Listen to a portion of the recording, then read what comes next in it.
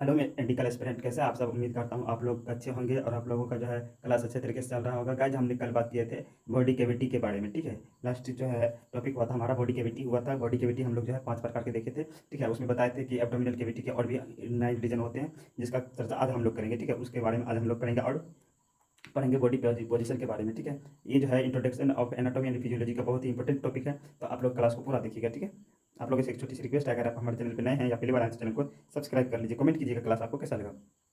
तो देखेंगे आज क्या हम लोग बॉडी के एब्डोमिनल कैविटी। ठीक है, सबसे पहले हम बात करते हैं बॉडी कैविटी की। ठीक है, क्या बात करते हैं बॉडी कैविटी की, कल भी बताए थे जिसके बारे में। ठीक है, बॉडी कैविटी के बारे में कल भी बताए थे। बॉडी कैविटी हमारे पास जो होते हैं कितने प्रकार के होते हैं वो बताए थे, मुख्यतः 5 प्रकार के होते हैं। ठीक है, बॉडी कैविटी कितने प्रकार के होते हैं, 5 प्रकार के होते हैं बॉडी कैविटी। ठीक है, जिसको बताए थे क्रेनियल कैविटी। ठीक है, पहला क्या बताए थे, क्रेनियल कैविटी। ठीक है, क्रेनियल कैविटी। और दूसरा बताए थे, दूसरा कैविटी क्या बताए, वर्टिब्रल, वर्टिब्रल कैविटी। उसके बाद तीसरा क्या बताए थे, तीसरा कैविटी था हमारे पास थोरेसिस कैविटी।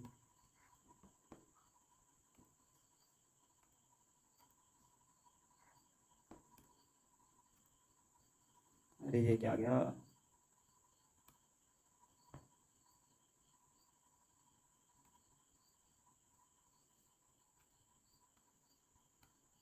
अगला जो कैविटी है कौन सा, थोरेसिस कैविटी। ठीक है, अच्छा एक मिनट, अगला जो कैविटी हमारे पास कौन सा कैविटी है, थोरेसिस कैविटी।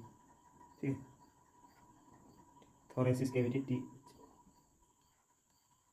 ठीक है, थोरेसिस कैविटी। उसके बाद चौथा हमारे पास क्या बताए थे, चौथा कैविटी के बारे में बताए थे एब्डोमिनल कैविटी।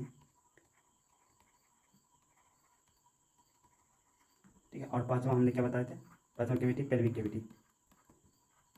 ठीक है, ये 5 प्रकार के कैविटी हमने बताए थे। ठीक है, 5 प्रकार के कैविटी बताए थे। और ये क्रेनियल कैविटी में हमारा ब्रेन एंड जो है फेस स्थित है। उसके बाद वर्टिब्रल कैविटी में हमारा जो है टीथ आता है। ठीक है, जितने भी टीथ है कौन से कैविटी में है, हमारे वर्टिब्रल कैविटी में। उसके बाद थोरेसिस कैविटी, जिसमें हमारे लंग्स आते हैं, इससे जुड़ी जितने भी अंग हैं। ठीक है, उस वो आते हैं, ट्रेकिया हो गया, ये सब जो है हमारे थोरेसिस कैविटी में आते हैं। ठीक है, उसके बाद हो गया एब्डोमिनल कैविटी। एब्डोमिनल कैविटी में भी बहुत सारे अंग आते हैं, ज़्यादा अंग जो है एब्डोमिनल कैविटी में ही है। तो इसको हम लोग जो है एनाटॉमिकल तरीका से पढ़ने के लिए जो है 9 रीजन में डिवाइडेड किए हैं। ठीक है, इसको कितने रीजन में डिवाइडेड किए हैं, 9 रीजन में से। ठीक है, उसके बाद पेल्विक कैविटी में बात किए थे कल कि इसमें जो है रिप्रोडक्टिव ऑर्गन है, यूरिनरी ब्लडर्स है। ठीक है, ये सब हमने बात किए थे। तो चलो देखते हैं 9 रीजन कौन कौन से हैं एब्डोमिनल कैविटी में। ठीक है, तो यहाँ पे देखते हैं। तो पहला हमारे पास क्या है, हम क्या बताएं, एब्डोमिनल कैविटी के बारे में हम बता रहे थे। ठीक है, एब्डोमिनल कैविटी के बारे में बता रहे थे। तो एब्डोमिनल कैविटी में कितने रीजन हैं, 9 रीजन है। तो 9 रीजन कौन कौन से हैं वो देखते हैं। ठीक है, पहला है हमारे पास राइट एपिगेस्ट्रिक हाइपोगेस्ट्रिक रीजन। ठीक है, याद रखिए हाइपोकॉन्ड्रिक रीजन। ठीक है, राइट हाइपोकॉन्ड्रिक रीजन। ठीक है, उसके बाद अच्छा नाम लिखते जाते हैं। ठीक है, जो आपको है ना आसानी रहेगा। पहला हमारे पास क्या है, right hypogastric region, sorry hypochondriac region. ठीक है, राइट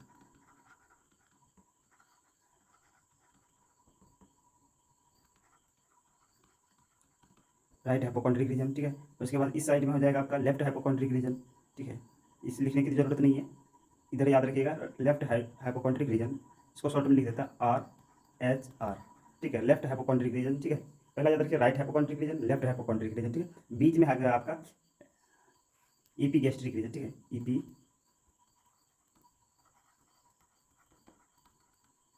ठीक है, ईपीगेस्ट्रिक रीजन। ठीक है, ठीक है, ईपीगेस्ट्रिक रीजन समझ में आ गया। 3 प्रकार के रीजन बता दिए, right hypochondriac region, left hypochondriac region. ठीक है, उसके बाद जो है बीच में आ गया आपका राइट एपिगेस्ट्रिक रीजन। ठीक है, यहाँ से देखिए हम 9 भाग में बांटते हैं। ठीक है, ये हम 9 भाग में पहले बांट देते हैं। ठीक है, इसको एब्डोमिनल कैविटी को। और पहला जो आ गया हमारे पास right hypochondriac region, left hypochondriac region, और बीच का जो हिस्सा आ गया आपका, ठीक है, ऊपर से, ठीक है, थोरेसिस कैविटी के बगल में। ठीक है, इस बीच में जो एपिगेस्ट्रिक रीजन। उसके बाद देखिए ये हो गया आपका राइट लुम्बार रीजन। ठीक है, राइट,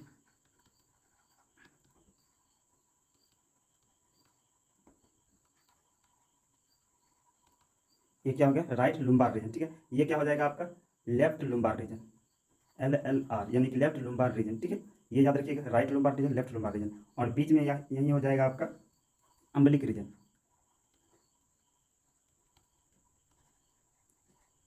ठीक है, ये बीच में क्या हो जाएगा अम्बलिक रीजन। तो यहाँ पे कितना प्रकार के देख लिया हमने, 6 प्रकार के। कौन कौन, right hypochondriac region, left hypochondriac region, right lumbar region, left lumbar region. ठीक है, और ऊपर से क्या देखिए हमने थोरेसिस कैविटी से सटे हुए बीच में जो है एपिगैस्ट्रिक रीजन, और दूसरा देखिए हमने लेफ्ट अम्बिलिक रीजन, ठीक है। कौन कौन से देखिए यहाँ पे, चलिए नंबर कर देते हैं। एक ये देख लीजिए, और दूसरा ये देखिए, ठीक है, तीसरा ये, चौथा ये, पाँचवा ये, छठा ये, ठीक है। ये 6 प्रकार के देख लीजिए। अब नीचे की बात करते हैं। ये आपका सबसे जो है पेल्विक रीजन में सटे होते हैं लेफ्ट साइड से। ये हो जाएगा राइट, राइट साइड में है तो राइट, ठीक है, राइट, राइट इलियक रीजन, ठीक है, ठीक है, राइट इलियक रीजन। उसके बाद जो है लेफ्ट साइड में तो लेफ्ट इलियक रीजन, ठीक है। इसको शॉर्ट में लिख देते हैं LIR, यानी कि लेफ्ट इलियक रीजन। और बीच में हो जाएगा आपका हाइपोगैस्ट्रिक रीजन, ठीक है। बीच में क्या हो जाएगा,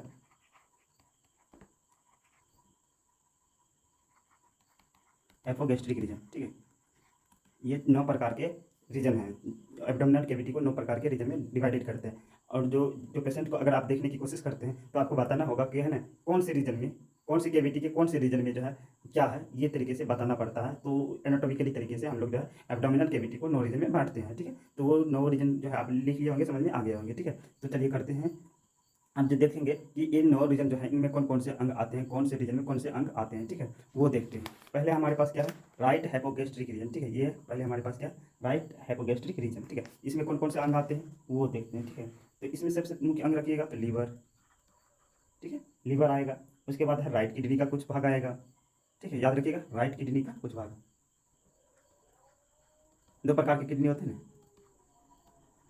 ठीक है। तो राइट किडनी का कुछ भाग आ जाएगा। उसके बाद स्मॉल एंड लार्ज इंटेस्टाइन का कुछ भाग जाएगा, ठीक है, यानी कि इंटेस्टाइन का कुछ भाग आ जाएगा, ठीक है। इंटेस्टाइन यानी कि ये आंत जिसको कहते हैं, दोनों आंत का कुछ कुछ भाग इसमें आ जाएंगे, ठीक है। उसके बाद गॉल ब्लैडर का कुछ भाग आ जाएगा, ठीक है, गॉल ब्लैडर का कुछ भाग आता है, समझ में आ गया होगा। उसके बाद है एपिगैस्ट्रिक रीजन, बीच में जो है एपिगैस्ट्रिक रीजन। एपिगैस्ट्रिक रीजन में भी जो है लीवर का कुछ पार्ट आता है ना। एस्टमक आता है, मुख्य रूप से एस्टमक, एस्टमक आते हैं, ठीक है। उसके बाद पेंक्रियाज आते हैं, पेंक्रियाज आते हैं, ठीक है। उसके बाद ड्यूडेनम आते हैं आपका, ठीक है, जो कि छोटी आंत का भाग है। उसके बाद जो है एस्पेलिन आते हैं, ये भी याद रखिएगा, एस्पेलिन, ठीक है, एस्पेलिन भी आते हैं, ये सब एपिगैस्ट्रिक रीजन में आते हैं, ठीक है। उसके बाद जो है एड्रिनल ग्लैंड भी आते हैं, एड्रिनल ग्लैंड, ठीक है, इसी में आते हैं, देख लीजिएगा, एड्रिनल ग्लैंड, ठीक है, समझ में आ गया होगा। उसके बाद लेफ्ट लुम्बार रीजन, जिसको बताए थे हम लोग ने, लेफ्ट लुम्बार रीजन में भी right kidney, left kidney sorry, left lumbar region में क्या सब आ जाएगा आपका, left hypochondriac region, left hypochondriac region में आ जाएगा आपका असेंडिंग कोलन, सॉरी, इसमें आ जाता है आपका स्पेलिन, लेफ्ट किडनी, स्टमक, पेंक्रियाज, ये सब भी आते हैं, ठीक है। उसके बाद जो है आपका बच जाता है right lumbar reason, right lumbar region में असेंडिंग कोलन, ठीक है, याद रखिएगा, असेंडिंग कोलन, ठीक है। उसके बाद है राइट किडनी,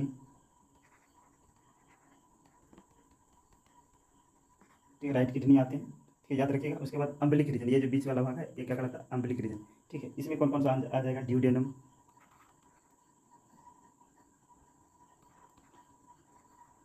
ड्यूडेनम हो गया। स्मॉल इंस्टेटाइन का कुछ भाग है, इंस्टेटाइन सिर्फ लिख देते हैं, ठीक है, इंस्टेटाइन। उसके बाद जो है लार्ज ट्रांसफर कोलन भी आते हैं,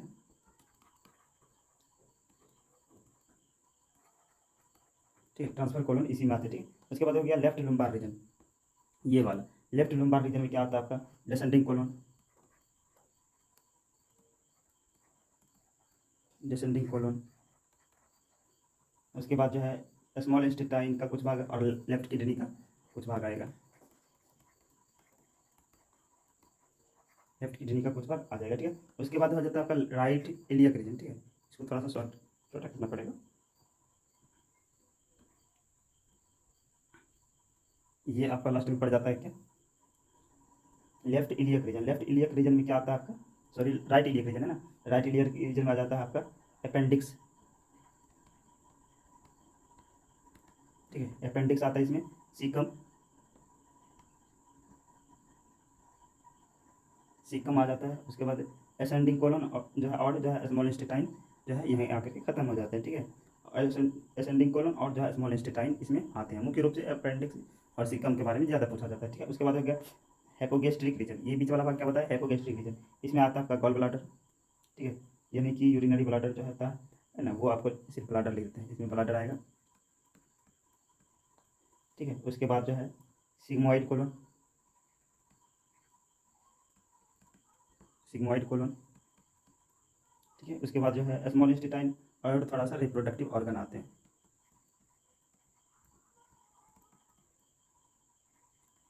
इसी में क्या आ जाएगा आपका, रिप्रोडक्टिव ऑर्गन्स थोड़ा सा आते हैं। लेफ्ट इलियक रीजन, ठीक है, ये वाली बात। लेफ्ट इलियक रीजन में क्या सब आता है, सिग्मोइड कोलन भी इसमें आते हैं, डिसेंडिंग कोलन भी आते हैं और स्मॉल इंटेस्टाइन भी इसमें आते हैं, याद रखिएगा। ठीक है, ये थे हमारे पास जो है एक कौन कौन से रीजन में कौन कौन से अंग आते हैं, यहाँ से वह क्वेश्चन पूछा जाता है। ठीक है, तो याद रखिएगा।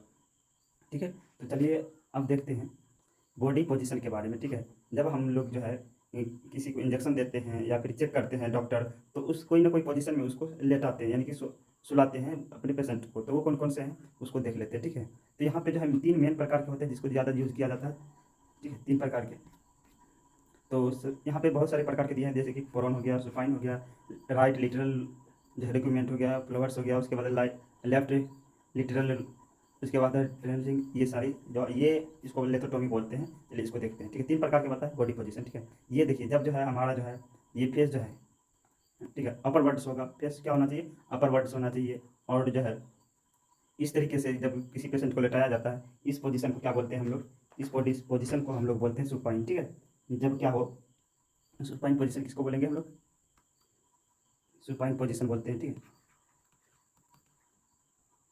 ये कौन सी हमारी बॉडी पोजीशन है, सुपाइन पोजीशन। सुपाइन पोजीशन में क्या होता है, सुपाइन पोजीशन में जब पेशेंट को जो है का फेस ऊपर की तरफ हो, ठीक है, इसको बोलते हैं अपवर्ड्स। ठीक है, अपवर्ड्स हो तो इसको बोलते हैं हम लोग सुपाइन पोजीशन। ठीक है, तो आपको डॉक्टर जब बोलेगा सुपाइन पोजीशन में लेटाने के लिए पेशेंट को, तो इस तरीके से लेटाने होंगे। ठीक है, उसके बाद ये जब पेशेंट का बॉडी जो फेस जो है डाउनवर्ड्स हो, यानी कि नीचे की तरफ हो।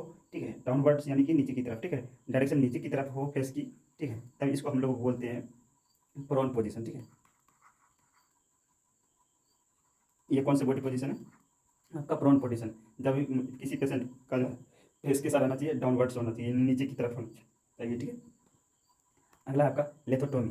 लिथोटोमी पोजीशन क्या होता है, एनाटॉमिकली प्लेन्स। ठीक है, लिथोटोमी पोजीशन क्या होता है, जब lying supine with the buttocks at the edges the table, यानी कि कहने का मतलब है सुपाइन तरीके से जब लेटाते हैं, यानी कि फेस कैसा होना चाहिए, ऊपर की तरफ होना चाहिए। ये नहीं बताए थे सुपाइन पोजीशन में फेस ऊपर की तरफ हो, लेकिन लेग्स को ये जो लेग्स हैं जो है ना थोड़ा सा ऊपर की तरफ होती है। ठीक है, बराबर ना होकर के कैसी होती है जो है ना, the hip and knees, hip हो गया और नीज हो गया, घुटना हो गया। ठीक है, जो है ना fixed and fit strap the position, यानी कि थोड़ा सा इस तरीके से होना चाहिए। तो इसको हम लोग बोलते हैं लिथोटोमी पोजीशन। ठीक है, इसको क्या बोलते हैं, लिथोटोमी